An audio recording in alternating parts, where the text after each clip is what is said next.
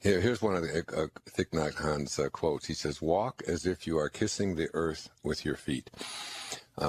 It's a practice of putting your mind and your consciousness onto exactly where you are in the moment, and being able to find beauty. It's one of the great teachings that I learned as a young man is that looking at beauty in the world is the very first step in purifying the mind. To be able to find beauty. I remember the story I told of Viktor Frankl when I was with him in 1978 on a panel in Vienna. The great Viktor Frankl, who wrote Man's Search for Meaning, and he said that they would give. We had lunch after that, just the two of us. I was very, very touched, and it was one of the most memorable moments of my life. And he said to me, when we were given a bowl of dirty water with a floating fish head in it, and that was our protein for the day. And he said you had to be able to find a way to find beauty in that. He said when we're challenged with circumstances over which we have absolutely no control, that we're challenged to change ourselves. And instead of looking at this as poor me and this shouldn't be happening and isn't this awful, but looking at it in terms of this is where I am. This is where I am in this moment. And in this moment, I'm going to find beauty in this and be in a state of appreciation for this fish, for it's giving its life to me. It's allowing me to survive and so on. And he said the people, he told me, and I'll never forget this, he said the people in the concentration camps, this was in Auschwitz in Poland, he said the people who couldn't find beauty in the circumstances that they were in, the horrible circumstances that they were in, he said they would always perish. He said, you've got to be able to see beauty. The famous line from John Keats in Ode on a Grecian Urn, beauty is truth, and truth is beauty. That's all you need to know on earth. That's all you know on earth, and all you need to know. And so that this ability, and that's what mindfulness is. It's walking on the earth and kissing the ground with your feet with each step that you take and becoming aware of it. He talks frequently about being able to find beauty in just drying a dish. Yeah, a lot of times people sit down, and while they're while they're sitting down for a meal, they're already thinking about what they're going to have for dessert, and instead of just being there in this moment. If this is the appetizer and this is the bite that I'm taking, and and this is what I'm tasting in this moment, and to find beauty in virtually everything that there is in you. It's his way of making the mind pure. Every beauty which is seen here below, down here below, by persons of perception resembles more than anything else that celestial source from which we all come. Isn't that great? Every beauty that we see resembles more than anything else that source. We're talking about source, connecting to source, from which we all come. Do you see beauty? Do you see it more or less in your life?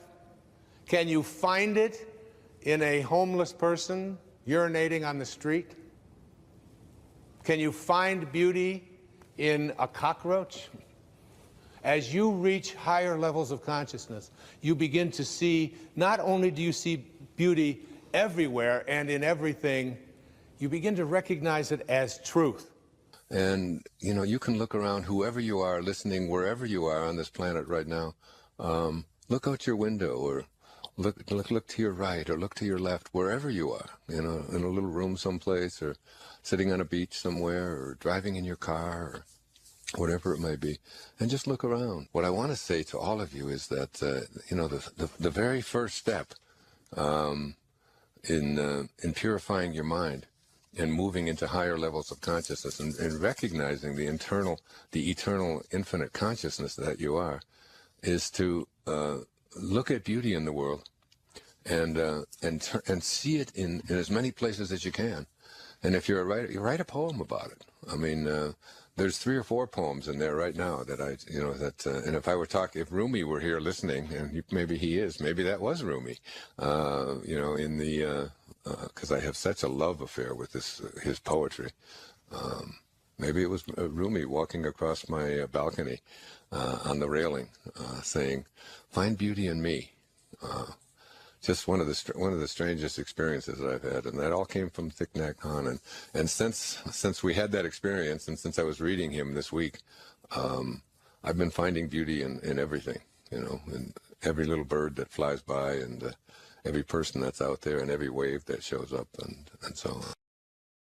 It's easier to get rid of guilt when you get a grander view, when you get a bigger picture, when you become more enlightened or more spiritually conscious or more aware of your magnificent potential. See, guilt is like it all takes place in the present moment, as does everything. It is a way of using up the present moment to be consumed with something that has already happened over which you have no control, because obviously you can't control what has already happened. And to me, the reason that people use guilt is not because they're guilty or they're even feeling guilty. It's because they want to use up their present moments in this way rather than in another way. And another way would be to take action, to correct it, to learn from it, to move on and vow not to behave that way in the future, and so on. But the guilty person doesn't do that. The guilty person cannot learn from their mistakes. Learning from your mistakes is simply learning from your mistakes. Guilt is saying that I'm going to use up my present moment to be immobilized or be depressed or be full of despair over what has happened. But when you get a grander, more spiritual view of life, you realize that everything that you did or everything that happened for a reason, that there are no accidents, and that all of those things that you did at one particular time toward somebody else that you feel guilty for now had a lesson in them. And so you look for the lesson. And in the process of doing that, you grow and learn not to do that anymore. I mean, that's what being human is about. When you have 7 children and 5 of them are under the age of 8, and you're around them a lot, you will raise your voice, you will say things occasionally that you don't mean. You might say something to one of your children who are very sensitive when they've done something that you think of as very stupid, and you'll say something to them, like maybe you'll call them stupid, or you'll lash out in anger or whatever. These kinds of things just go on, and anybody who's parents of a large family know exactly what I'm talking about. And yet you don't want to behave that way. You don't want to be lashing out at your kids. You don't want to be striking them, certainly. You don't want to be saying things to them that you don't mean, and so on. There are options, for me at least, there are options always. And I do that occasionally, much less occasionally than I did years ago, but it happens. And I'll lose it for a second, and in a moment of frustration say something that I don't mean. Now, I have a couple of choices when this happens. One of them is to feel really guilty, and feel awful and fill myself with despair and flagellate myself, all right, in many different ways. And that will do nothing except keep me immobilized in the present moment and so on. And the other thing that I do instead of the guilt is I say to myself, this is just an indication of where you are not. You would like to think of yourself as like this spiritually aware person who is above this sort of thing, that is getting frustrated over the behavior of a 3-year-old, and you like to think of yourself as someone who, but every once in a while you slip. It's like there's a learning thing in this for you. What it is that you're not there yet all the way. You're there maybe 90% of the way, but you're still not there. And it's a reminder of where I am. So guilt is no longer possible. It's like, this is almost an instantaneous learning device. And now what do I do with it? What I do with it, as soon as I have this awareness, because when you have the awareness and you know that you behave this way for some reason, and the reason is so that you can become even more enlightened and more aware of yourself and your limitations, is I can go and put my arms around the child that I just said something really nasty to, and say, oh, I know that accidents happen, and Daddy didn't mean to yell, and I love you, and I can use the very experience that would have created a sense of guilt and, oh, why did I say this to one of my children, and to bring me closer to that child, and perhaps that was the reason that I did it, whatever. That option is available to every single one of us all day long in every single thing that we do. The option of, 1, choosing to remain immobilized in the present moment, to use up the present moment feeling guilty so that I can't do anything about it. If I'm feeling guilty, what else can I do? Or 2, to say, this is an indication of where I am or where I am not. All right? And 3, what can I now do to make sure that I use this in a positive way? And what happens for me is that as I use that way of relating to what could potentially be a guilt-ridden situation, is I find myself less and less getting consumed with, I'm more in charge of myself in the moments when I would have been frustrated earlier, so that those moments are less and less and less and less occurring in my life. How do you feel about your parents? How do you feel about the way you treated them, or the way that they treated you, or are you guilty about something that you said toward them, and so on? And after a while you get to a point you realize that your parents did exactly what they knew how to do, given the conditions of your life, and so did you. So that all the things that you said or all the things that you did were just part of what you were here for and what you had to learn. And you grasp that instantly. You don't get filled with guilt. And I wrote these words out in the shift. Believing that you're separate from God. The collective consciousness of humanity painfully and unnecessarily influences us by believing in and behaving like an ego-designed God. Those are my words. An ego-designed God. We've created a God out of our egos that matches our false selves. A few of the attributes of this ego-designed God are that it plays favorites, that it craves opulence, that it promotes killing and warfare in the name of God, that it accepts indulgences for special favors, that it punishes bad behavior, that it needs to be avenged.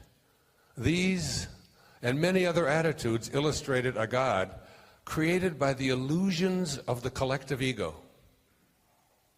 Throughout history, this ego-designed or man-made God is characterized as separate from us. Who among us hasn't heard of God portrayed as a white, dead male with a long, flowing beard who floats around the heavens with supernatural powers, watching over us like a cosmic bellboy who will answer our prayers sometimes, depending upon his whims and whether we've obeyed his rules? This God is viewed not as an all-giving divine source, but rather as a temperamental superpower who withholds his ability to solve our problems or heals our diseases, depending upon whether he's in the mood to grant us special dispensation. This is a God of the ego, created by ego and dedicated to serving ego's demands. This is a God that must, by virtue of its own ego, be separate from the subjects that it must watch over, control, and punish when necessary. And that's what it looks like. This idea that we are separate from God.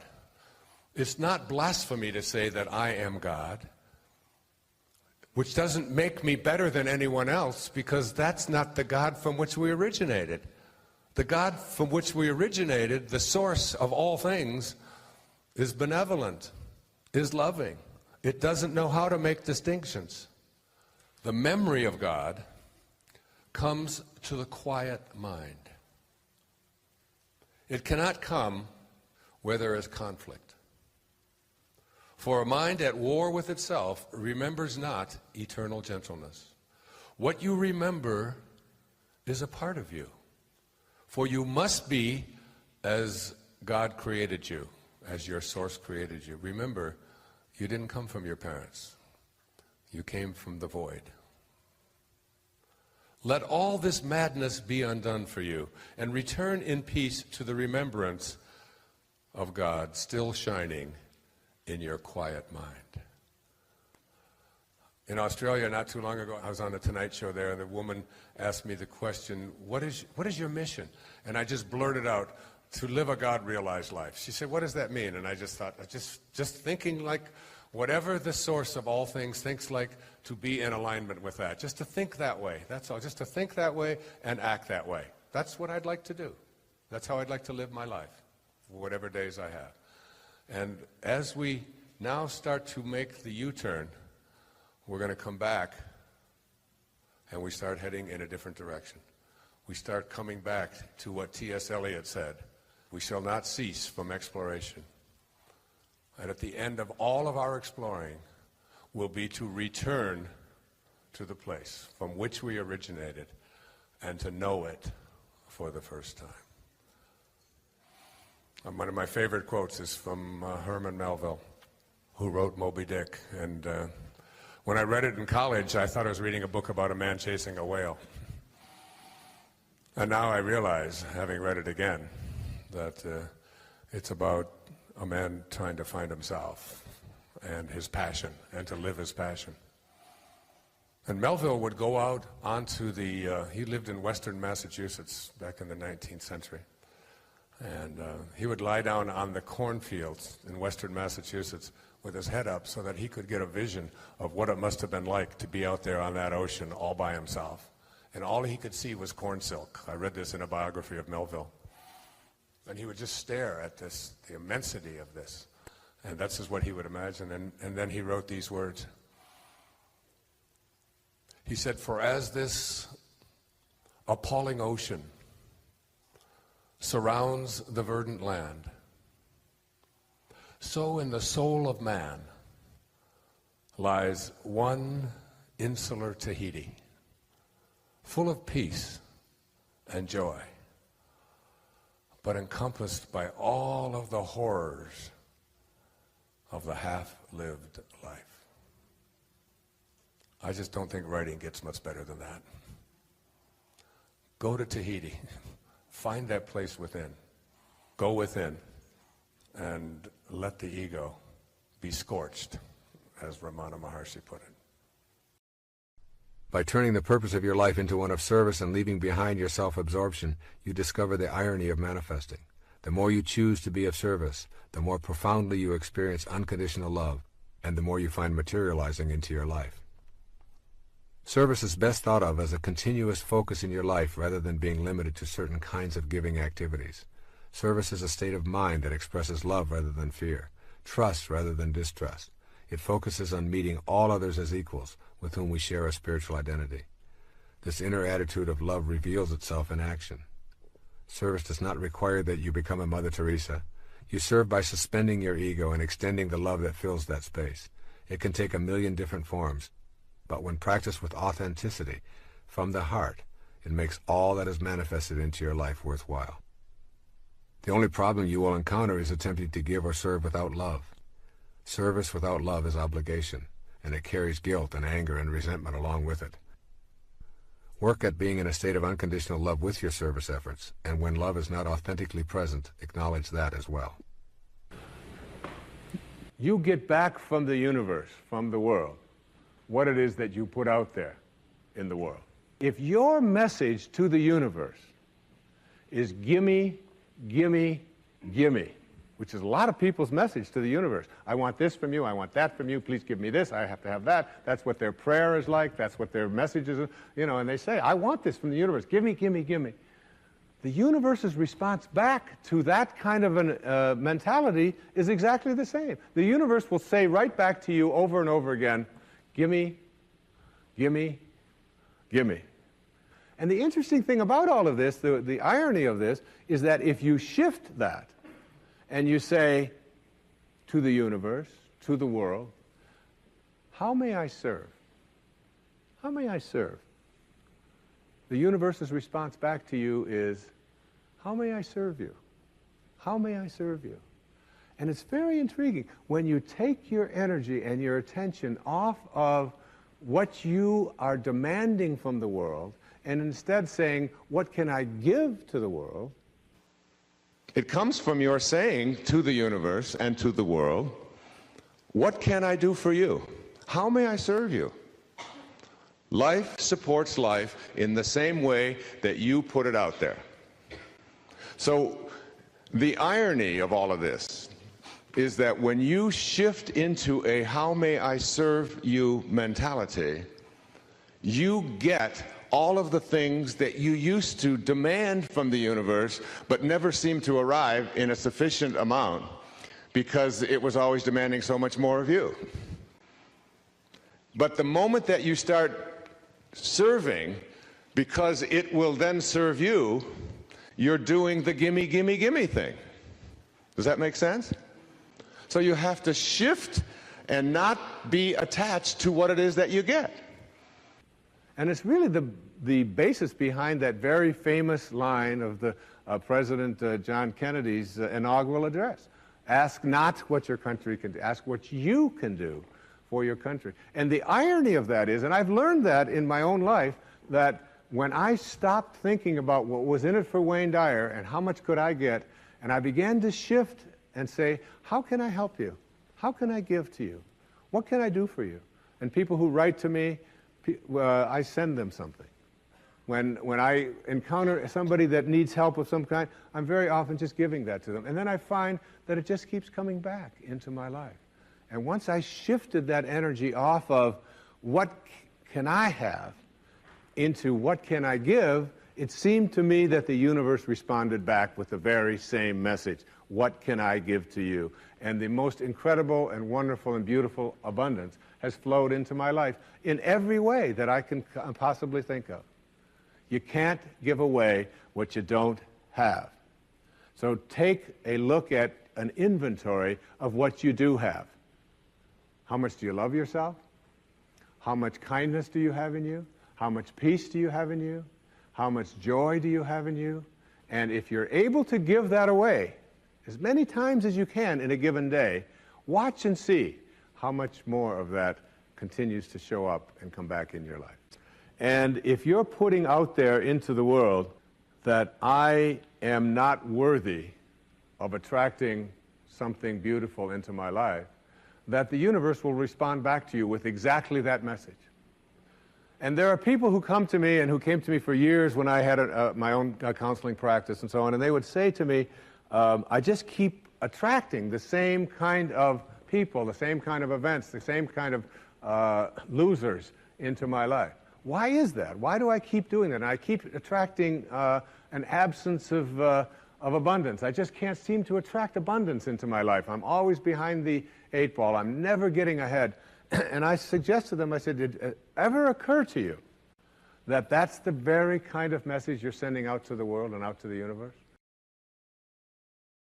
Throughout life, you've been through a conditioning process that's created a mindset overflowing with, I am not.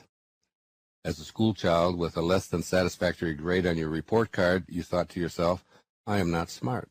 You place anywhere other than number 1 and say, I am not talented. You feel criticized and believe that I am not good. You look in the mirror and compare yourself to a glamorous movie idol or homecoming queen and tell yourself, I am not attractive. Your relationship fractures and you think, I am unloved or I am unworthy. These and many more like them are repeated throughout your developmental years and into adulthood and become your core defining self-concept. You are listening to this book because you wish to elevate your life to heights way beyond ordinary. You are endeavoring to adopt new truths that are harmonious with your higher and highest self. Now is the perfect time for you to begin discovering the God within you and yourself as God, and to expand your self-concept. I applaud you. Your self-concept is everything that you believe to be true about yourself. Overcoming this I am not mentality begins with trusting your inner world of spirit. There are no boundaries restricting your inner world, but your worldview and your self-concept in the outer world are defined by your 5 senses. The outer world is always changing, which by our previous definition means it is not real. This awareness could lead to you experiencing a majestic wake-up call right here, right now. How does it feel to realize that most of what you believe about yourself and your limitations is based on an illusion? A well-intentioned illusion handed to you by people in bodies that no longer exist in a time that has passed. Much of your self-concept is a fiction based on beliefs that are untrue and contain no veracity when you were first exposed to them. This is exquisitely detailed by Anita Moorjani, who had a near-death experience, an NDE, that challenged all of her previous self-concepts about who and what she was. Her story illustrates that there's another dimension where you can become one with God and create miracles in your everyday life. While in her NDE state, Anita was shown that everything going on in our lives is dependent on this energy around us, created by us. Nothing is solid. We are the creators of our surroundings and life conditions depending on how we use this energy. Our physical bodies become sick because of the energetic level at which we live. As Anita reported, I realized that if I went back, it would be with a very healthy energy. Then the physical body would catch up to the energetic conditions very quickly and permanently. I was given the understanding that this applies to anything, not just diseases. Anita was given the opportunity to return to her cancer-ravaged body. Astoundingly, 4 days after her NDE, her body showed almost no signs of cancer. Anita realized that the seemingly solid world that our senses offer us is really an illusion. She changed the outcome of test results and concluded that we can change anything by changing our energy that we create with our thoughts.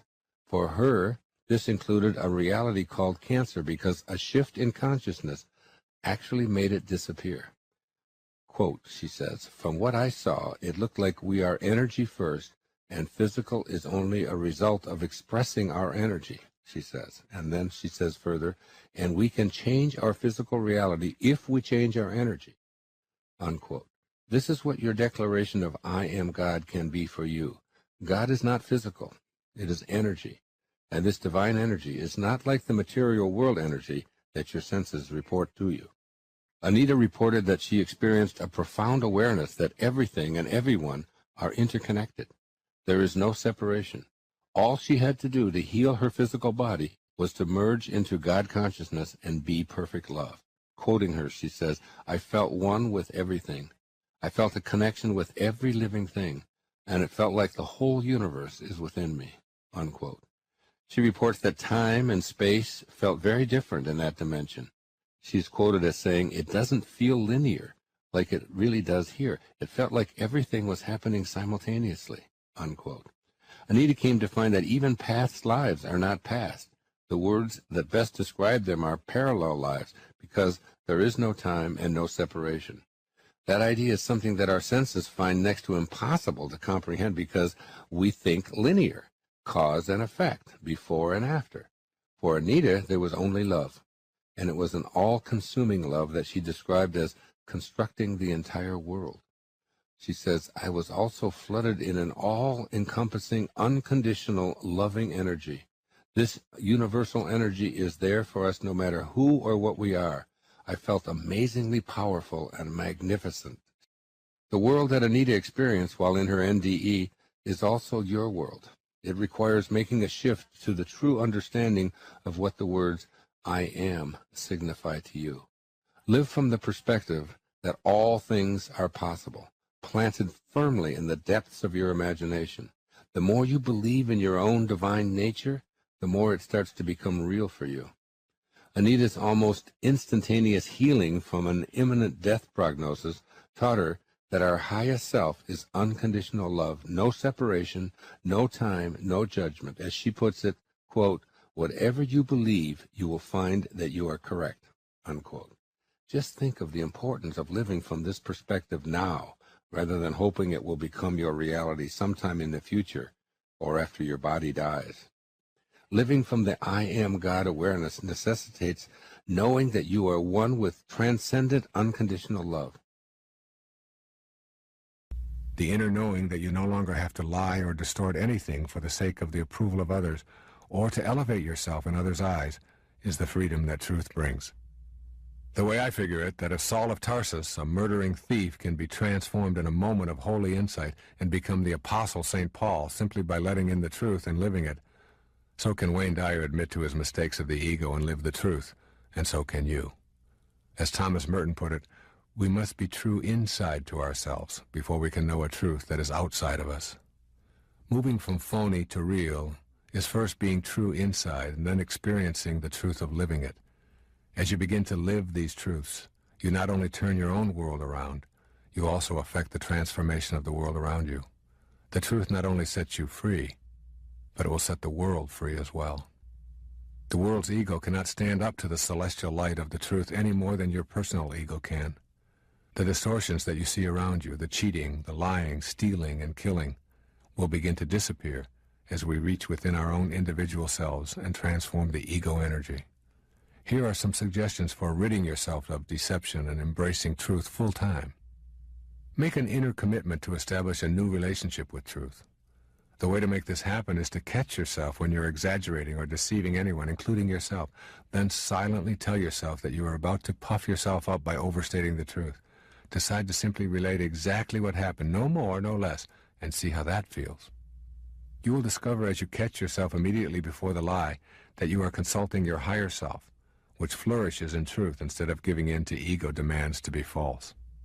You will enjoy a deeper, richer experience of life that feels refreshing compared with the phony presentation of yourself seeking approval. Be on the alert for inner dialogues that dwell on your accomplishments rather than the path of purpose. Recently, I remember giving a speech to a large group of radio broadcasters and was very pleased with my performance. After the lecture, as I was jogging, I was reliving the lecture experience. At the very moment that I was seeing in my mind's eye the crowd getting to its feet and applauding, I turned a corner and smacked my elbow into a wall so hard that it sent a sharp pain through my arm that lasted for several weeks. Every time I felt that pain, I was reminded to get my ego out of the way and stop focusing on myself. I was reminded of my purpose and my service and not to get caught up in the applause. Inner dialogue about your purpose in life will keep you on the path. Be silent. When you are unsure about whether to tell the truth or distort because you feel that the truth will be more painful than it is worth, then do and say nothing. You are not obliged to anyone to reveal every detail of your life. You have the right to remain silent and learn your lesson in that silence. Develop a personal truth that is unassailable from outside forces. Simply declare your own agreement to practice truth and to be independent of the good opinion of others. Resist the need to boast and to talk about yourself. Strive to be interested rather than interesting. This is the way of the higher self. Become the listener, the one who is interested in the accomplishments and activities of others, and you will not need to boast and to distort your personal storyline. If you find yourself exaggerating, stop. Just stop and verbally correct yourself. You don't need to explain that you are breaking your habit of exaggeration. Just correct the statement. Write your own personal honor code. In your words, describe your intention to make truth the way of your thoughts and actions by suspending your need to deceive yourself and others. Then internalize your code of honor by reading or reciting it to yourself on some regular basis. You will eventually radiate your inner spirituality and you will have discovered a blissful way of being in this physical plane. Know that being credited is unimportant. Remind yourself that when you're fulfilling your life's mission, credit and accolades are unimportant. The irony here is that the more you seek approval, the less you receive. No one really approves of an approval seeker. Letting go of the need for approval leaves you open to embrace the truth. The Sufi poet Rumi's words sum up this subject of truth versus deception. When you eventually see through the veils to how things really are, you will keep saying again and again, "This is certainly not like we thought it was." It will be more than you ever might have imagined when your ego was leading you away from the way of your sacred self. You no longer need to project anything other than your peaceful divineness to friends, family, and even strangers. You've made the transition from phony to real in a holy instant. You recognize your inner sanctity and are willing to forgive yourself for any and all mistakes now viewed as lessons. You have moved to truth. When you get to the place where you see yourself as that spiritual being, all of your fears disappear and you're able to surrender. I remember someone reading one of my books, and I was at a talk, and at the end of the talk, she stood up and she said, "You know, I didn't get very much out of your book. It was your sacred self." She said, "I didn't get much out of it." Some people need to tell me that.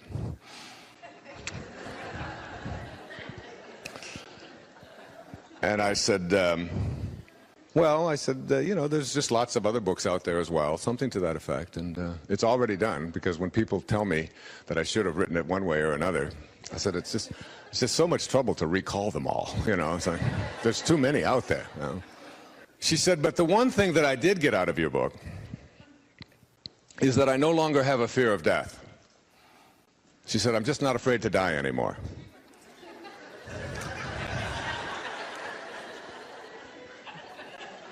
I said, "That's all you got out of one book?" I mean, Freud lived a whole lifetime saying that the major fear of every single one of us as human beings is this fear of death and what it is and where we go. And that's all been wiped out in one book, and you didn't get very much out of it? But truly, when you get into that place of surrender and understanding the infinite nature of who you are, that the part of you that is invisible is truly infinite, the fear of death goes away. Maslow once described the flaws of self-actualizing people, the flaws. And the number one flaw, he said, of self-actualizing people is that they get over death almost as if it didn't happen, because for them it doesn't. One of the essays I wrote from in Wisdom of the Ages was from Rumi. In his observation, he said, "I saw death drinking a cup of sorrow, and I called out, 'It tastes sweet, does it not?' 'You've caught me,' grief answered, 'and you've ruined my business. How can I sell sorrow when you know it's a blessing?'" That's from Rumi in the 13th century, one of the whirling dervishes. So being able to find the infinite place within yourself, that's what Valerie's book is about, the infinite mind, and knowing it, and going there, and knowing that you can't die. You just can't die. The part of you that is infinite was never born and never dies. And coming into grips with that, that's what I mean when I speak about spiritual. I'm also speaking about the power of emptying your mind. Emptying your mind. Getting quiet. I've told people many times that meditation is a very important part of the spiritual process. And I don't encourage or ask people to meditate because it will make you more relaxed. It will bring you more peace. You will find more harmony. It'll make you look younger because it takes the stress right out of your life and out of your skin as well. And people who've been meditating for 15 and 20 years often look much, much younger than their actual physical age. I'm 92 years old. I know that's hard for you to believe, but I tell them those are not the reasons to meditate. They're all sort of part of the sideshow of meditation. That the reason to learn to meditate is that it is the only way that you can come to know God. And the reason that is true is because God is the one power in the universe. That theme will be stressed over and over here. There is one power in the universe, not two. Most of our problems, quote, problems, come from our belief in two powers. The power of something that is God, but also the reverse, the power of something that is not of God. But I am suggesting here over and over again that there's only one power, and anything that does not appear to be of God is God going away from God. It's love going in the wrong direction, because there's only one power. This whole category of things that we call problems, which the Course tells us are just all illusions. They're all things that can't be real, and nothing that is not real can exist. Even though it appears to exist, in reality, it's not there. So what has this got to do with emptying your mind? If God is everywhere and there's only one power, it means there's no place that God is not. If there's no place that God is not, God is indivisible. You can't cut God in half and put God here and then non-God here. God is that which is indivisible. And what is the only experience that you can have that is indivisible? Everything in your physical world, the material world, the world of illusion, the world of Maya, has a dichotomy attached to it. In the Bhagavad Gita, it teaches us to blend or blur the dichotomies. Up, down, good, bad, right, wrong, male, female, old, young, conservative, liberal. There's always an opposite, North Pole. I used to teach a course in metaphysics at St. John's University back in New York in the 70s. And I used to tell my students, anybody who can come to class with just the North Pole of a magnet gets an A in the course. No South Pole, just bring in the North Pole. And no matter how thin they would slice it, there was always in the physical world, what? Its opposite. All right? It's the world of opposites. So how do you get past the world of opposites to find the world of spirit? You go to silence. Silence, said Melville, is God's one and only voice. Because God is indivisible and silence is indivisible. You cut silence in half, and what do you have? More silence. The problem for most people, it has been my experience, is that they have been raised to believe in what they can't do. And it's a very simple prospect to change that, yet most people never do.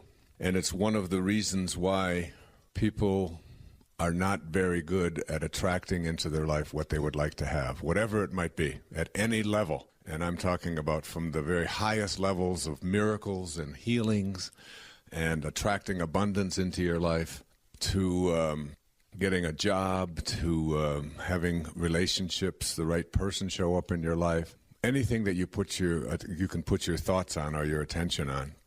I suggest the reason that people don't get the things that they would like to have in their life is because of that very simple principle that they are putting their thoughts or their attention or their energy on what they can't have or what's impossible. And it's a very simple paradigm for me. In the scriptures, there's a line that says, as a man thinketh, so is he.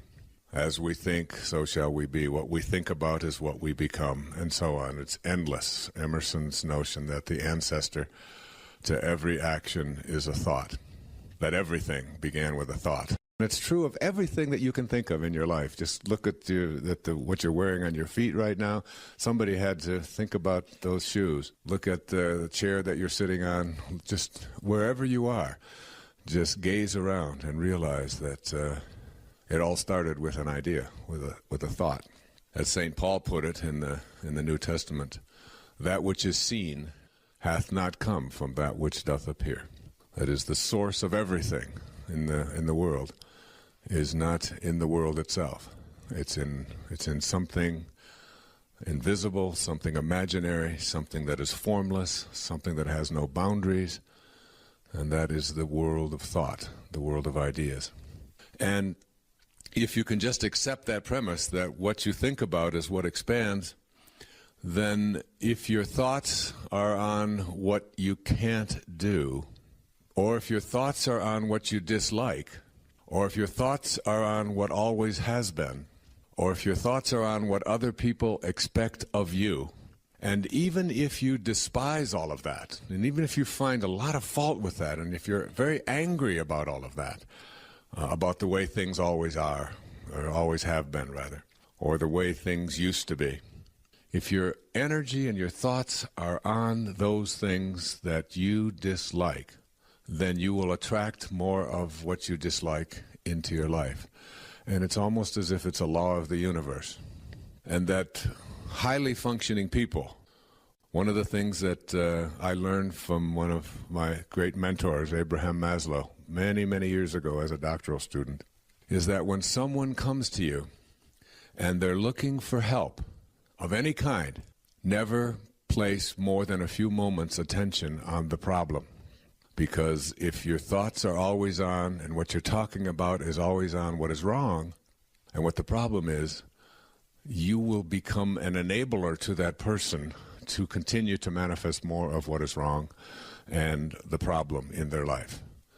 And that highly functioning people, self-actualizing people that Maslow called them, were people who didn't think about what is, not even what is. And just notice in your life, as you think about this principle of having a mind that is open to everything, think about how many people you run into every day whose thoughts are on the circumstances of their life and who talk about the circumstances of their life.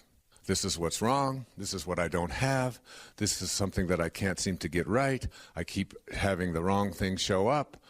We don't have any money. We don't have the right friends. I don't like the way my spouse treats me. My children are always this.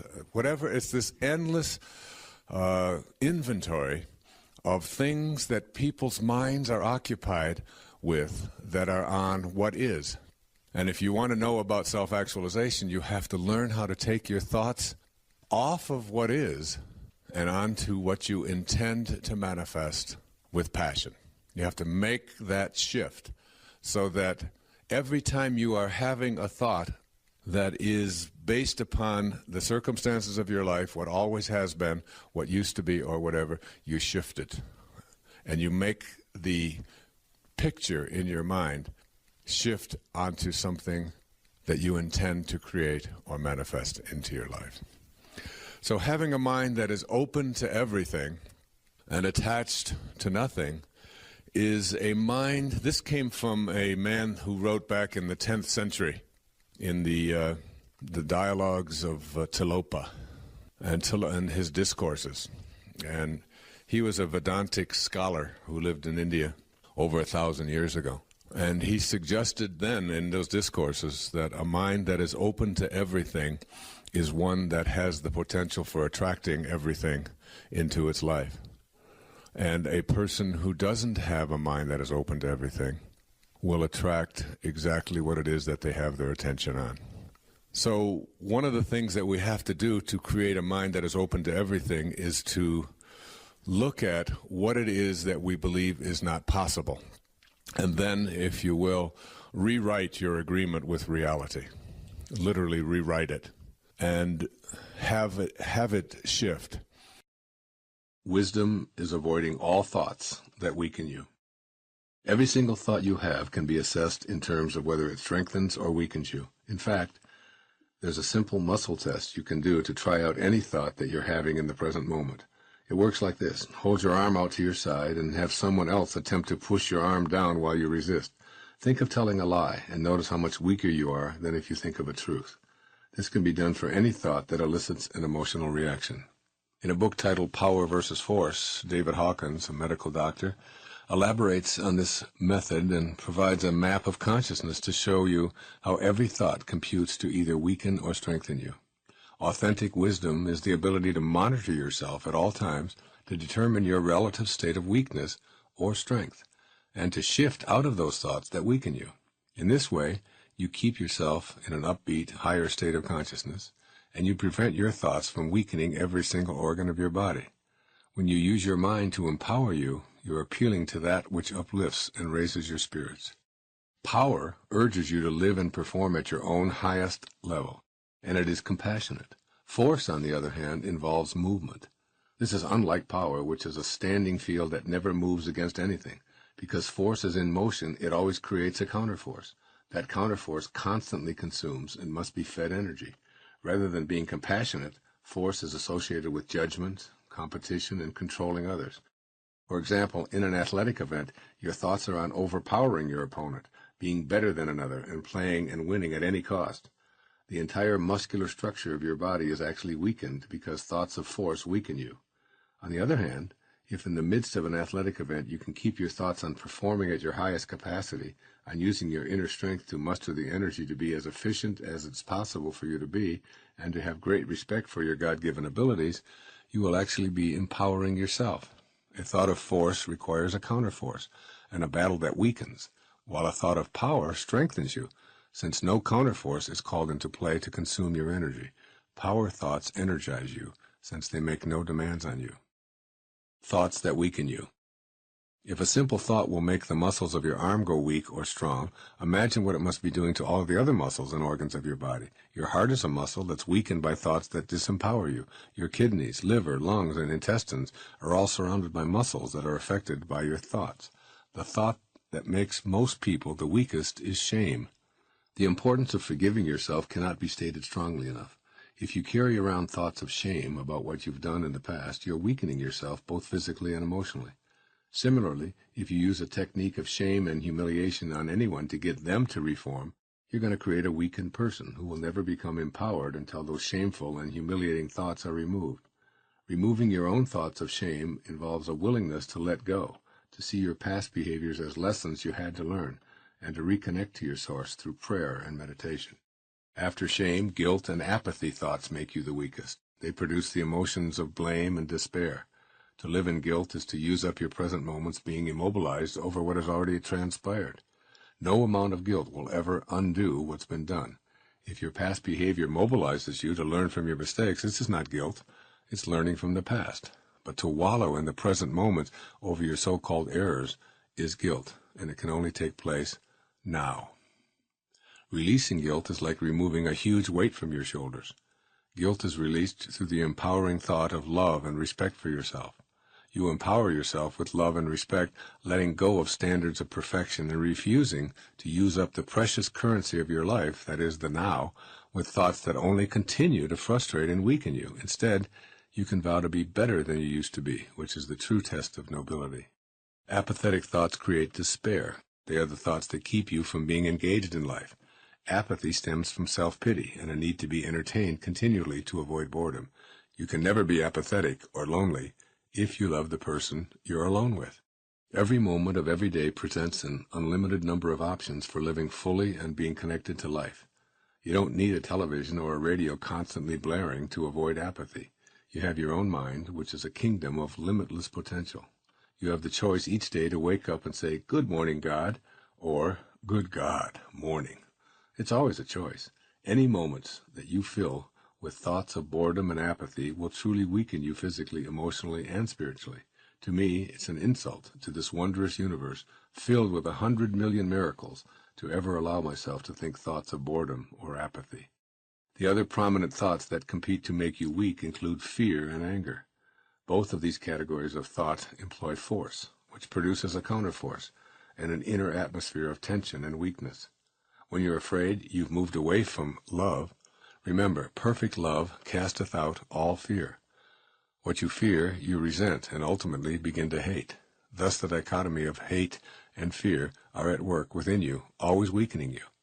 Every thought you have, in which you're in a state of fear, keeps you away from your purpose, and is simultaneously weakening you. Your fearful thoughts are inviting you to stay immobilized. When you find yourself in a fearful mode, stop right there and invite God onto the scene. Turn fear over to your senior partner with these words: "I don't know how to deal with this, but I know I'm connected to you, the miraculous creative force in this universe. I'll move my ego out of the way and turn it over to you. Try it. You'll be surprised by how quickly that higher energy of love will nullify and dissolve your fearful thoughts and empower you at the same time." Anger, likewise, is an emotional reaction to thoughts that say, "I want the world to be the way I want it, not the way it is. Therefore, I'm angry." Anger is often justified as normal, but it will always make you weak. And as this principle reminds you, wisdom is avoiding all thoughts that weaken you. You don't have to be angry to right a wrong or to work toward a better world. When you become more peaceful, you will only have peace to give away. Moments of frustration won't trigger anger. They'll help you become more aware, and then they'll spur you onto a solution.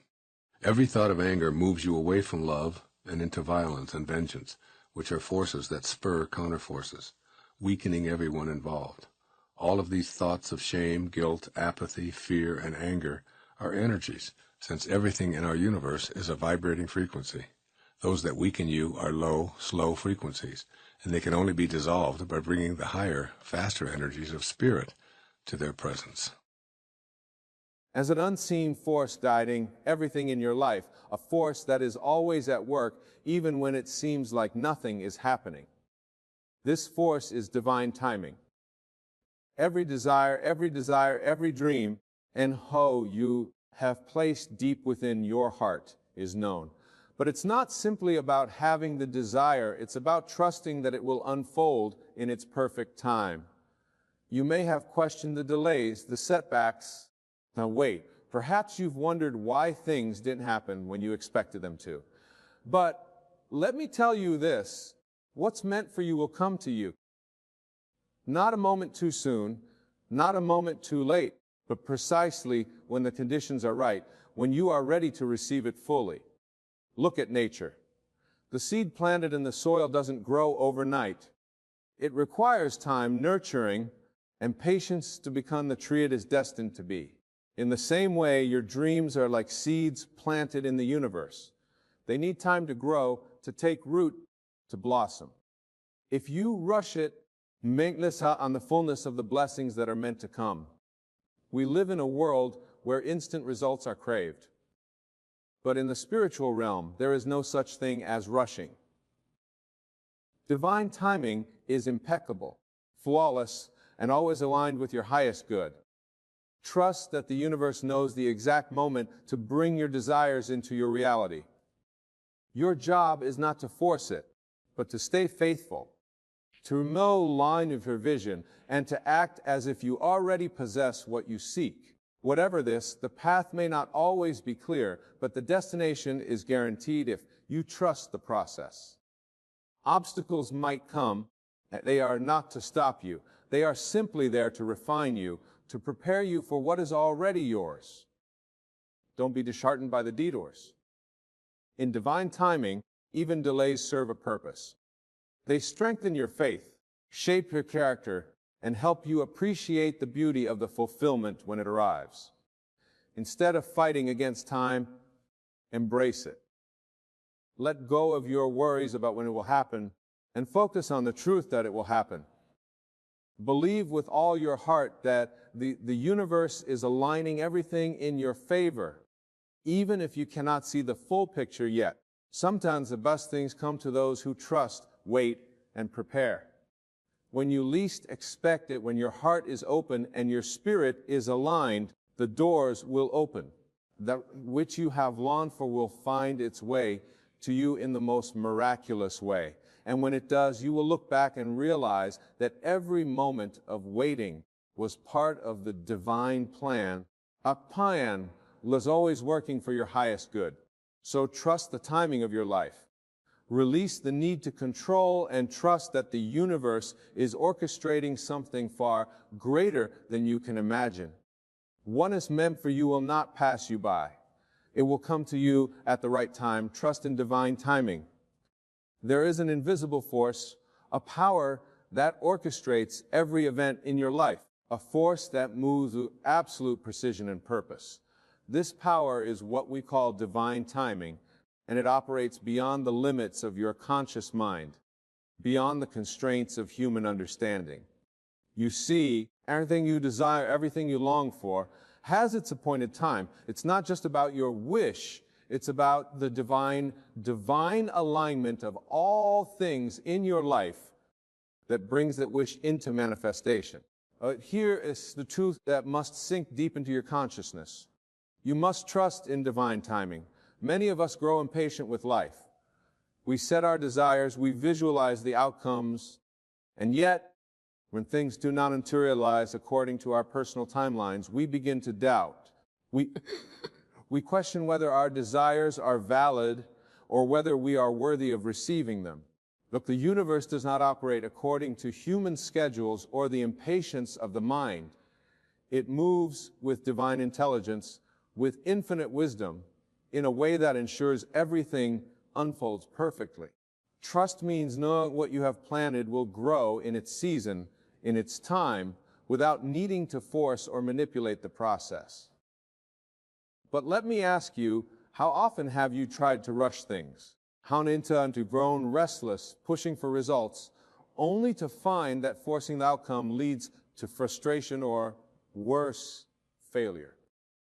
When you plant a seed in the earth, you do not stand over it, commanding it to sprout the next day. You know that the seed requires time to develop, to push through the soil, to reach the light. Divine timing works the same way. The moment you desire something, and is already on its way to you, the universe immediately begins to rearrange itself to bring your desire into form. However, the realization of that desire may not occur when you expect it, because our layers of preparation happening both within you and in the outer world. These layers are invisible to your physical eyes, but they are very real. They are the forces shaping your character, your understanding, your readiness to receive. The universe is never withholding from you. It is ensuring that when the moment arrives, you are fully equipped to embrace your blessing. You must trust in this process because divine timing is flawless. It never rushes, it never delays unnecessarily. Everything happens exactly when it is meant to. And when you understand this, you release the need to control or to push against time. You realize that time itself is an illusion created by the human mind. But in the grander scheme, everything is unfolding as it should. Take a moment to reflect on the seasons. The earth does not rush its rotation. The sun rises and sets at its appointed time. The tides follow their natural rhythm, and the flowers bloom only when the time is right. So what does that tell me that the timing of your life should be any different? The same divine intelligence that governs the universe is governing your life, and it knows exactly when to bring your desires to fruition. Often we can't see the picture. We focus so intently on the specific outcome that we forget the broader plan that is unfolding. You may think you are ready for what you have asked for, and the universe sees beyond your immediate desires. It knows when the circumstances are ideal. It sees the perfect moment for you to receive in a way that will bring you the most fulfillment. Impatient, while you may believe that you are ready, there are often unseen factors at play, people, situations, or events that need to align in order for your desire to manifest fully and completely. Trusting in divine timing requires faith, the kind of faith that does not waver even when the evidence is not yet visible. Requires a deep that everything is working out for your highest good, even when it feels like nothing is happening. The delays are not rejections. They are opportunities for growth, for inner development, for deeper alignment with the source of all creation. When you embrace divine timing, you release the anxiety that comes with waiting. You rest in the assurance that what is meant for you will come to you not a moment too soon, not a moment too late, but precisely when the conditions are right. Understand this, the universe is never in a hurry. It does not operate under the pressure of deadlines or the stress of immediacy. It knows only perfection. And when you align yourself with this understanding, you become patient, calm, and centered. You won't feel the need to rush because you know that everything is coming together in the divine order. The very act of trusting in divine timing shifts your energy. It places you in a state of allowing rather than resisting. You are no longer fighting against the flow of life. Instead, you are flowing with it. The key is to stay connected to your vision while releasing your attachment to when and how it will manifest. Trust that the forces of the universe are at work behind the scenes, moving mountains, arranging circumstances, and aligning the people and opportunities that will bring your vision to life. Do not lose heart if it takes time, because every moment of waiting is serving a higher purpose. It is preparing you, molding you, and refining your spirit so that when the moment of manifestation arrives, you are ready to receive it in its fullness. What's coming to you is already yours. It is a fabric of your existence, part of the divine blueprint that governs all creation. But just as a sculptor takes time to chisel away at the stone, revealing the masterpiece within, so too is the universe shaping the masterpiece of your life. Trust the process. Trust the timing. Know that your desires are not in vain, and they are not being delayed out of neglect. They are simply waiting for the perfect moment to emerge when all things are aligned and when you are fully prepared to receive them. So be patient. Keep your faith alive. Hold on to your vision with unwavering belief and that of the urgency. Let go of the need to force things into existence. Know that divine timing is always at work, and it is working in your favor. In the perfect time, everything you desire will be delivered to you. And when that time comes, you will understand that every moment of waiting, every step of the journey, was leading you to something far greater than you could have imagined. Trust in the battalion, for it is never late and it never fails.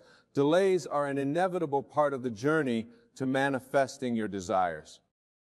They are not signs of failure or rejection, a roundabout moments in the grand unfolding of your life. In the realm of divine timing, delays are like pauses in a symphony, creating space for the perfect notes to play in harmony.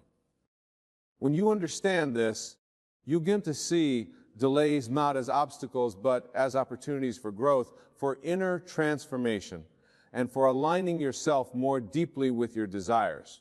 You may have experienced times in your life where everything seemed to be moving smoothly toward your goal, only for it to be interrupted by what appeared to be a setback. Perhaps the job you wanted didn't come through, and the relationship you invested in fell apart. In these moments, it's easy to feel frustrated, disillusioned, or even defeated. But what if these delays were part of a larger design? What if, instead of pushing against them, you embraced them as essential elements in your journey? Consider this: when an artist paints a masterpiece, they don't rush the process. Every stroke of the brush is deliberate, even when it seems like nothing significant is happening on the canvas. The layers of paint must dry before the next color is added, and each pause is a necessary part of the creation. In the same way, the universe requires in your life's journey to prepare you for what is to come. The delays are moments when you are being shaped, refined, and strengthened for the fulfillment of your desires. Delays provide opportunity for self-reflection, a time to evaluate where you are in relation to your vision. Sometimes the delay is necessary because you are not yet in the right state of mind, emotion, or spirit to fully receive what you have asked for. The universe, in its infinite wisdom, knows this. It knows that rushing the process could lead to outcomes that are less than ideal. You may think you are ready, and there may be layers of resistance, doubt, or fear that need to be addressed before you can manifest what you truly desire. The delay allows for this inner work to take place.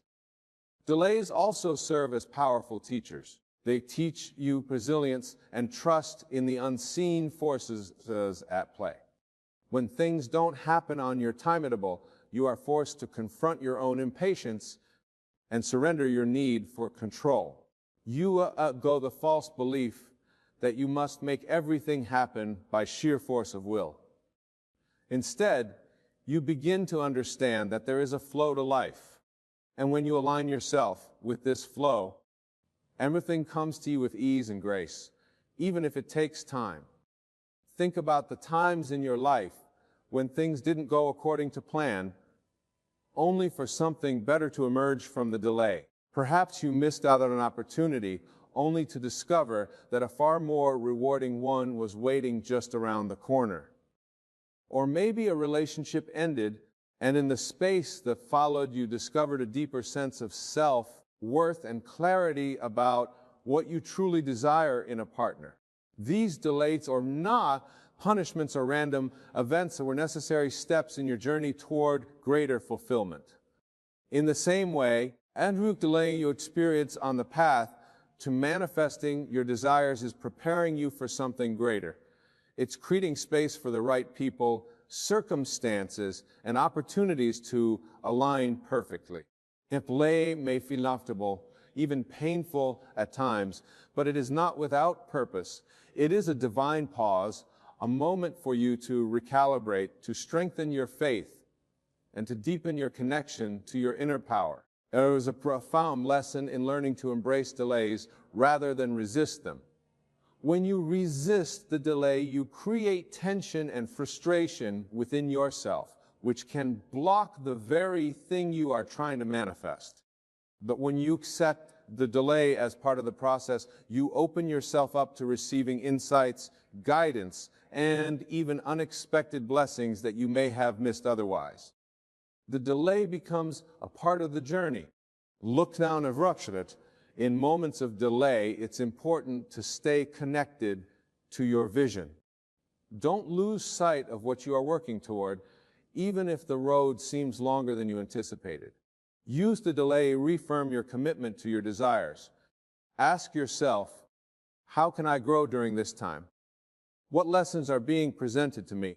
How could I prepare myself to receive what I've asked for? When you shift your perspective in this way, the delay becomes an ally rather than an enemy. The universe operates with perfect timing and knows to bring things into your life, and it knows when to hold things back for your greater good. Trust that the delay is not a denial. It is simply a part of the journey that is unfolding exactly as it should. Down and question the timing, but to stay aligned with your desires, to keep your faith strong, and to remain open to the lessons and growth that the delay is offering you. Delays are not wasted time. Every waiting is a moment of preparation. The longer you wait, the more profound the fulfillment will be when your desire finally manifests. Think of the delay as a gestation period. Like a seed burying deep in the soil, you cannot see the growth happening beneath the surface, but it is there, taking root, gaining strength, and preparing to break through the earth in its own time. And when it does, the boo will far exceed your expectations. So when you encounter delays on your journey, do not be disheartened. Do not allow frustration or doubt to cloud your vision. Instead, take a deep breath, trust in the process, and know that the delay is part of the divine plan. Everything you desire is already on its way to you, and it will arrive in the time is right when you are ready and when all the conditions are perfectly aligned. In the grand design of life, delays are simply moments of pause. Motivational is working behind the scenes to bring everything together for your highest good. Embrace the delay, learn from it, and trust that when the time is right, you think greed will come into your life in ways more magnificent than you could have ever imagined. Your dreams will manifest when you are ready to receive them. This is a profound truth that transcends our usual understanding of time, effort, and expectation. We often believe that as soon as we set a goal or envision a dream, the universe should immediately deliver it to us in their transaction. But the universe operates on a different rhythm, one that is in sync with your inner readiness, your spiritual alignment, and your personal growth. When we talk about being ready, it goes far beyond just wanting something. Readiness is a state of being that involves your mind, heart, spirit, and actions being in perfect harmony with the vision you seek to manifest. Let's begin mental understanding. The universe always says, yes, it never withholds from you the things that you desire. The moment you set a clear intention, the wheels of the universe begin to turn in your favor. But here's the key: what you desire cannot manifest until you are vibrationally aligned with it. In other words, you must match for the thing you wish to experience. And this alignment, this readiness, comes from within you. Often when we think we are ready, we are merely eager or impatient. We want the results, the success, the relationship, or the financial abundance. But deep down, there may be unresolved fears, limiting beliefs, or subconscious patterns that block us from fully receiving. These inner obstacles act like a dam holding back the flow of blessings that are meant to come into our lives. The universe in its wisdom knows when you are truly prepared to handle and sustain the dream you have called for. It waits patiently, allowing you the time and space to grow into the person who can not only receive but also store the manifestation wisely. Readiness, therefore, is not just about desire, it's about becoming. You must become the version of yourself that is capable of holding what you are asking for. If you dream of success, are you mentally, emotionally, prepared for the responsibilities and challenges that come with that success? If you dream of love, have you healed the parts of yourself that might sabotage a healthy relationship?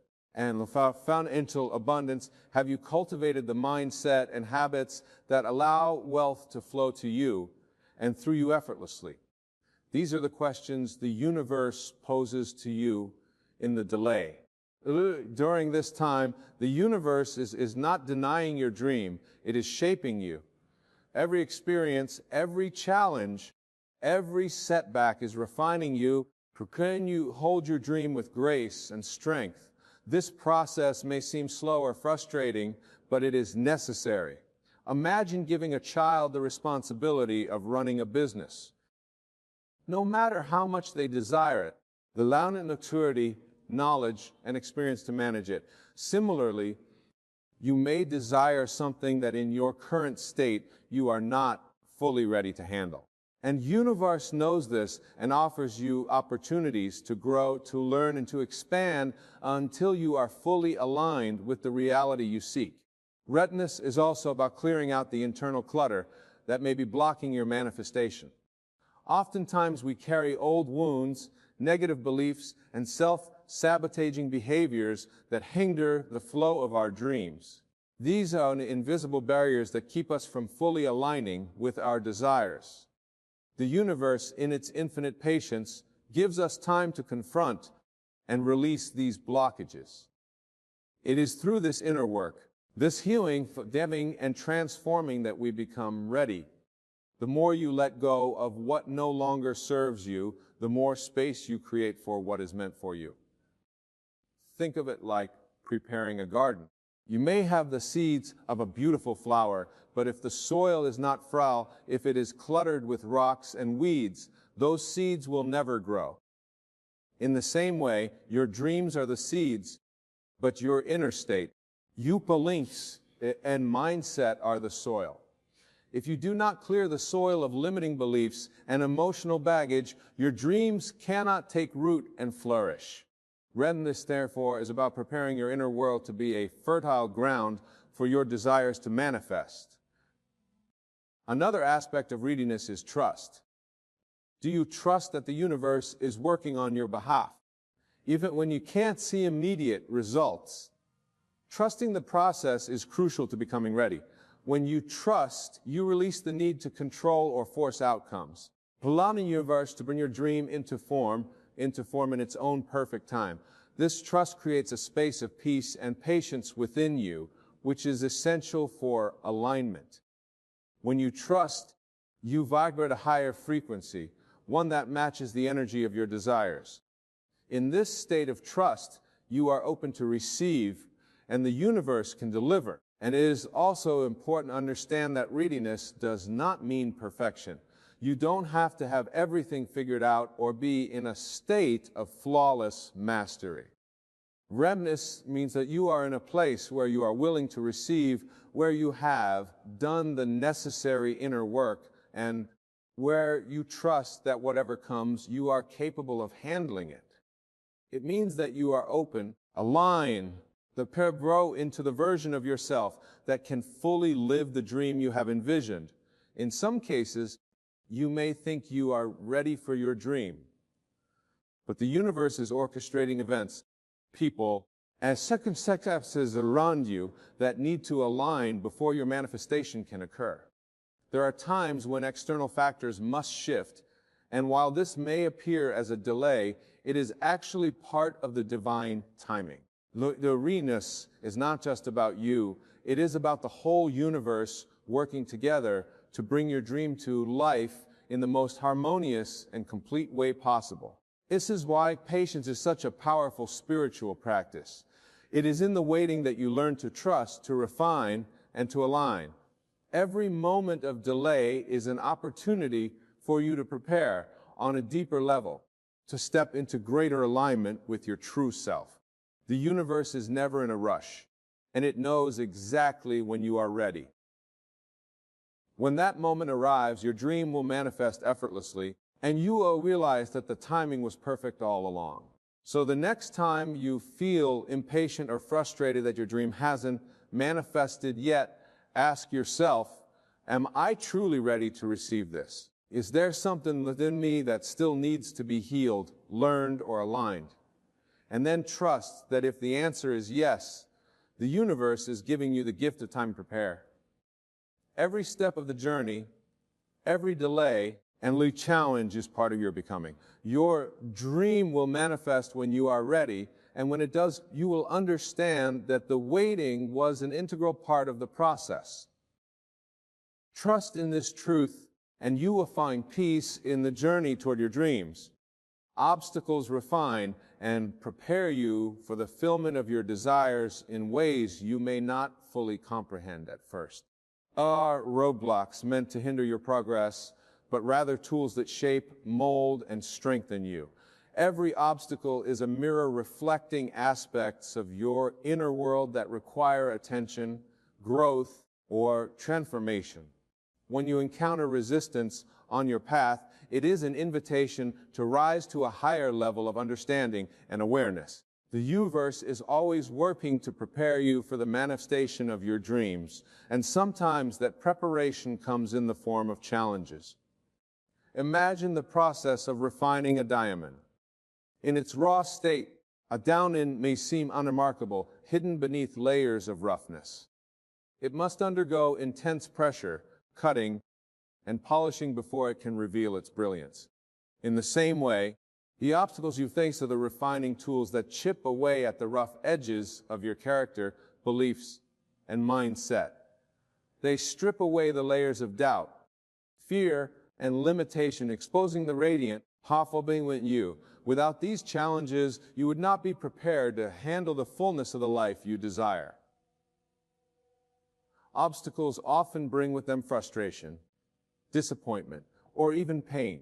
These emotions are natural responses, but they are also gateways to deeper self-awareness. When you confront an obstacle, it forces you to examine your thoughts, actions, and beliefs. Operating from a place of fear or trust. Are you clinging to old patterns that no longer serve you? The challenges that arise in your journey are designed to illuminate these areas. The opportunity to release what holds you back and step into a more empowered version of yourself. It's important to recognize that obstacles are not punishments. You are not signs that you are on the wrong path or that your dreams are unattainable. In fact, they often indicate the opposite. The presence of obstacles can be a sign that you are moving closer to your desires. You are now on to a breakthrough. The universe places these challenges in your path to ensure that when your dreams manifest, you are fully ready to receive and sustain them. Every obstacle serves a purpose. Even if it's not immediately clear, there may be lessons embedded within each challenge that are essential for your growth. These lessons can take many forms of patience, resilience, forgiveness, or the ability to surrender control. When you face an obstacle, ask yourself, what is this situation trying to teach me? How can I grow through this experience? By shifting your perspective and viewing obstacles as opportunities for growth, you transform your relationship with them. They are no longer sources of frustration, but catalysts for your evolution. Obstacles also test your commitment. When you encounter difficulty, it's easy to doubt whether your dream is worth pursuing. But true desire is persistent. It does not waver in the face of adversity. And the obstacles are a way for the universe to gauge your dedication. How deeply do you want what you say you want? Are you willing to push through discomfort and uncertainty to achieve it? These challenges build your inner strength and fortify your resolve, making you even more capable of manifesting your dreams. Another important aspect of obstacles is that they often force you to change direction or adjust your approach. Sometimes the path you are on may not be the most direct road to your goal. An obstacle appears to guide you toward a better way. These detours may seem like setbacks at the time, but they are actually redirections that align you more closely with your purpose. The obstacle is not going to stop you. It is there to guide you to a more aligned and fulfilling version of your dream. Moreover, obstacles help you build resilience. Life will always present challenges, but it is how you respond to them that defines your journey. When you face an obstacle and choose to persevere, you cultivate a deeper sense of trust in yourself and in the universe. To realize that no challenge is too great and that you have the inner resources to overcome anything that stands in your way. This resilience becomes the foundation for future success, allowing you to navigate life's ups and downs with grace and confidence. As you move through obstacles, you also learn to let go of attachment to specific outcomes. Often we become so fixated on how we think things should unfold that we resist the natural flow of life. Obstacles teach you to surrender your expectations and trust that the universe knows the best way to bring your desires into fruition. You may not always understand why a particular challenge has appeared or how it fits into the bigger picture, but trust that it is all part of the divine plan. By releasing control, you allow the universe to work through you in ways that are far more powerful than anything you could have orchestrated on your own. One of the greatest gifts obstacles offer is the opportunity to develop a deeper relationship with yourself. When you face a challenge, you are forced to look inward, to tap into your inner strength and wisdom. Obstacles strip away the distractions of the external world and bring you back to your core essence. They remind you that everything you need to overcome adversity is already within you. The more you connect with this inner power, the more unstoppable you become.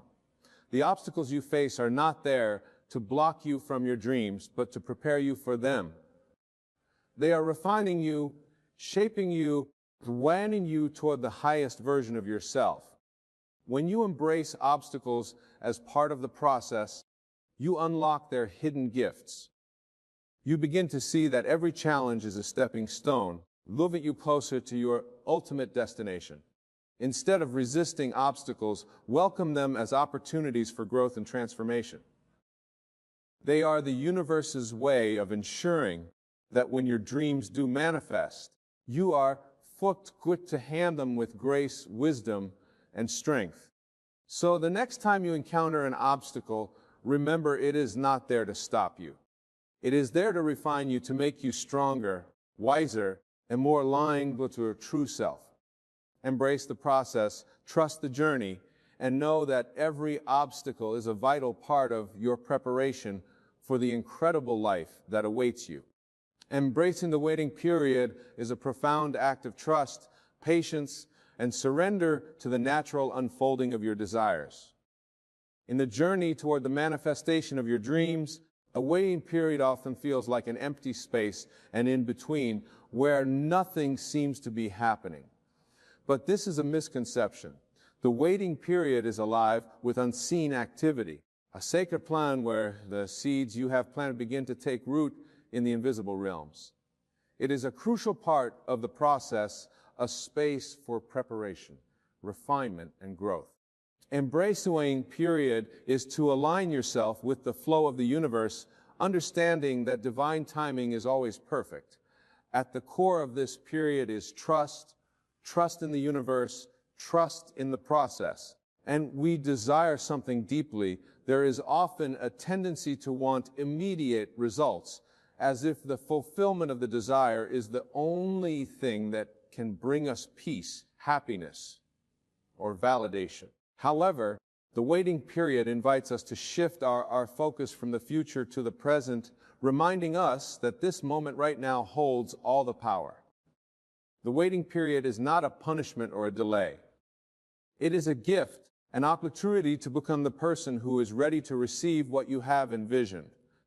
In the stillness of waiting, profound inner work can take place.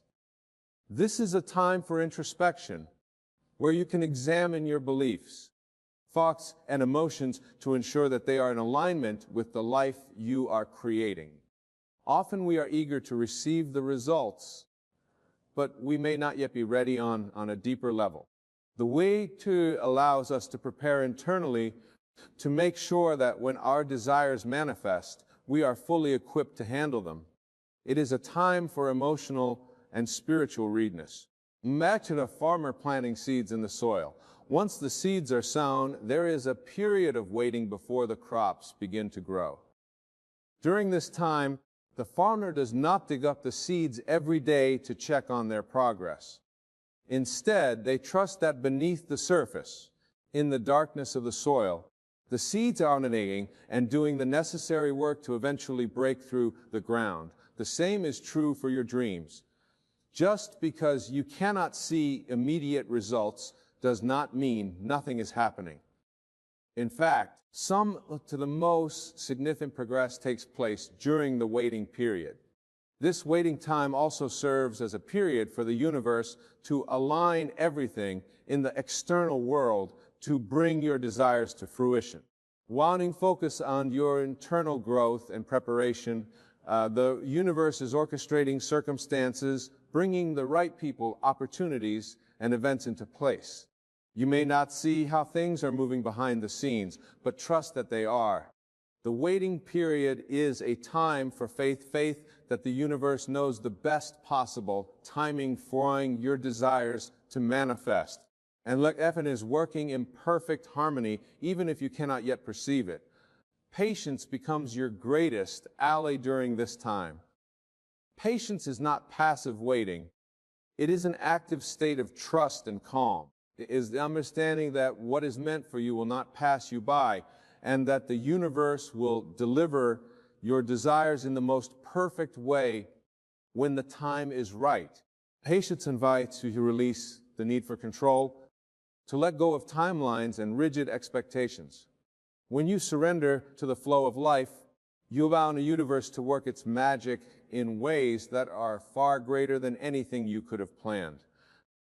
The waiting period also provides a valuable opportunity to detach from the outcome. Detachment on giving up on your desires. Rather, it means releasing the anxiety and desperation that can sometimes accompany the waiting process. When you are detached, you are no longer free to the need for your desires to manifest in a specific way or within a specific time frame. You trust that what is coming is for your highest good and that it will arrive at the perfect moment. This state of detachment opens the door for the universe to surprise you with possibilities that you may not have even imagined. Embracing the waiting period also teaches you to live fully in the present moment. So often we become so fixated on the future, on the fulfillment of our dreams, that we forget to enjoy the beauty and richness of the present. But the present moment is where your power resides. It is the space where you can cultivate the energy, mindset, and emotions that will ultimately bring your desires into reality. By fully embracing the now, you align yourself with the energy of abundance and gratitude, which accelerates the manifestation process. The waiting period invites you to find joy, peace, and fulfillment in the journey itself, not just in the destination. During this time, and importance on what you can control your thoughts, feelings, and actions. Instead of fixating on the absence of what you desire, direct your energy toward personal growth and self-mastery. This is your time to prepare yourself mentally, emotionally, and spiritually for the life you are calling in. The more you align with the energy of your desires, the more effortlessly they will flow into your reality. The waiting period is a time for you to become the vibrational match to the life you are creating. Obstacles or delays during this time should not be seen as setbacks. Instead, they are often necessary detours that are guiding you towards something even better than what you had originally envisioned. The waiting period may reveal to you areas where more growth or healing is needed. It may to light limiting beliefs or patterns that need to be released. This is all part of the process of preparing you for the fulfillment of your dreams. The universe is ensuring when your desires do manifest, they will come in a way that serves your highest good. One of the greatest lessons the waiting period teaches is trust in the divine timing of your life. Everything happens in the right time, in the right way, for the right reasons. There is no need to rush or force the process. Trust that the universe's timing is always perfect, even if it doesn't align with your own. You embrace this truth, you release the pressure and anxiety of trying to control every aspect of your journey. You relax into the flow of life, knowing that what is meant for you is on its way. In embracing the wait period, you become an active participant in the co-creation of your reality. You are no longer a passive observer, anxiously waiting for something to happen. Instead, you are fully engaged in the process of becoming the person who is ready to receive your desires. You trust the timing, you trust the process, and you trust that everything is unfolding exactly as it should. The Wayne theory is not a time of inaction, it is a time of preparation, growth, and alignment. It is a time for you to cultivate trust, patience, and surrender. It is a sacred space where the universe is working with you, not against you, to bring your dreams into reality. Embrace it fully. No waiting period is an integral part of the journey toward manifesting the life you desire. Trust in the unseen, believe in the power of divine timing, and rest in the assurance that what you seek is already making its way to you. What is meant for you will not pass you. By this is an unwavering truth that speaks to the core of faith, patience, and trust in the divine flow of life. It is a reminder that the universe, or the divine intelligence that orchestrates all things, has a plan that is far greater and more intricate than anything we could ever conceive. Into relationships and experiences that are aligned with your true self will come to you in their perfect time, no matter how circumstances may appear at the moment. This notion dissolves the fear of missing out or losing your way, for the universe is always guiding you toward what is meant to be yours. The heart of this truth is the idea that everything happens according to a divine timeline. You may have certain desires or dreams that seem to be taking longer to materialize than you'd like. And look, down in your life is not random. Just as seasons unfold with precision, so too do the events in your life. You are not late, you are not missing anything. What is meant to you will come when the timing is right, and no external force can prevent that from happening. This principle invites you to release the anxiety of trying to control every aspect of your life and instead trust that the universe knows exactly what you need and when you need it. Often get caught in the idea that we must seize every opportunity immediately, fearing that if we don't act fast enough, we will miss out. But this mindset is rooted in a lack of trust and the belief that is a race or a competition. The truth is that what is meant for you cannot pass you by, even if it feels like it's out of reach in the present moment. The universe does not operate on a system of scarcity or competition. It works on alignment and divine timing. When you are ready emotionally, mentally, and spiritually, and look down in for, you will flow effortlessly into your life. The key is to align yourself with trust and surrender. I think about a river flowing toward the ocean. The water does not rush or force its way. It follows the natural course set before it. Even when the path is winding or obstructed by rocks, the water continues to flow, knowing that it will eventually reach its destination. The same is true for your life. What is meant for you will find its way to you, regardless of the obstacles or detours you may encounter along the way. These obstacles are not meant to block you, but to guide you. You are fully prepared to receive the blessings that are on their way. It's important to recognize that what's meant for you may not always come in the form you expect. Some down into yours delivers what you need rather than what you think you want. There may be moments when you feel disappointed because a particular opportunity didn't work out or a door closed in your face. Look, these are not rejections, they are redirections. The universe is aligning you with something better, something that is more suited to your true path. When you trust that what is meant for you will not pass you by, you begin to see every setback as a setup for something greater. This principle also allows you to let go of the need for comparison. It's easy to look at others and feel that they are ahead, but they are achieving things faster or more easily than you are. But comparison is a distraction from your own path. What is meant for them is not meant for you, and what is meant for you is uniquely yours. Look down into her life is tailor-made for you, and it cannot be measured against anyone else's. When you stop comparing, You free yourself to fully embrace your own journey, trusting that your time will come and look down to will be perfect. Another aspect of this truth is the idea that you do not need to chase what is meant for you. In a culture that often glorifies hustle and constant striving, that can be difficult to accept that you don't have to fight for what is yours. Of course, action is important, but it's the energy behind that action that matters. When you act from a place of fear, scarcity, or desperation, you repel the very things you desire.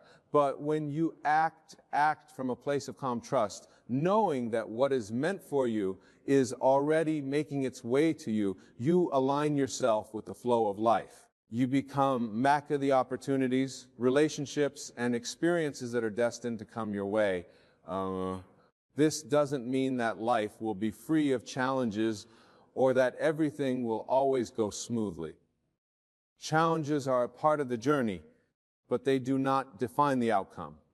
Even in the midst of difficulty, trust that what is meant for you is still on its way. The challenges you face are often the very experiences that prepare you for what is to come. They refine you, shape you, and make you stronger so that when your desires manifest, you are ready to receive them fully. In fact, some of the greatest blessings come after the most intense struggles, and it is often in the waiting and the challenges that your deepest growth occurs.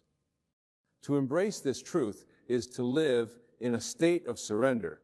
Surrender does not mean giving up. It means letting go of the need to control every detail. It means trusting that the universe is always working in your favor, even when it seems like things are not going according to plan.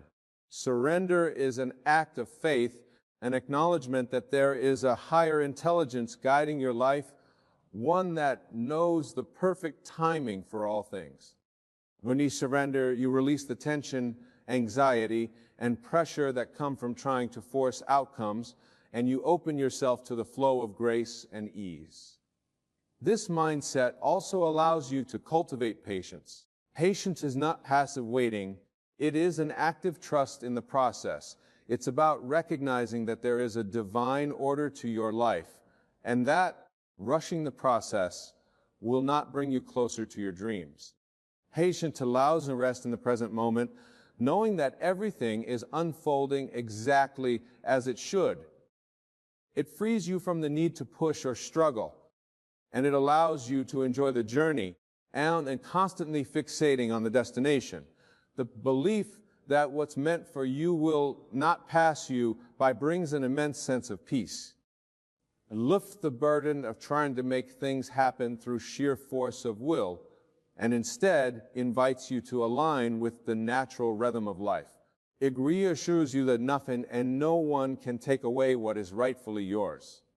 It gives you the freedom to trust, to wait, and to know that the universe is always conspiring in your favor. Look to analyze this truth. You step into a state of grace. You move through life with the quiet confidence that your path is unfolding perfectly, even if you can't see the full picture yet. You trust that the opportunities, relationships, and experiences that are meant for you will arrive at the right time in the right way, and you are prepared to receive them when they do. You are no longer driven by fear or doubt, but by a deep sense of knowing that the universe is always guiding you toward your highest good. So trust the process. Trust that what is meant for you will not pass you by. Trust that the universe is always working behind the scenes, aligning everything perfectly for your highest good.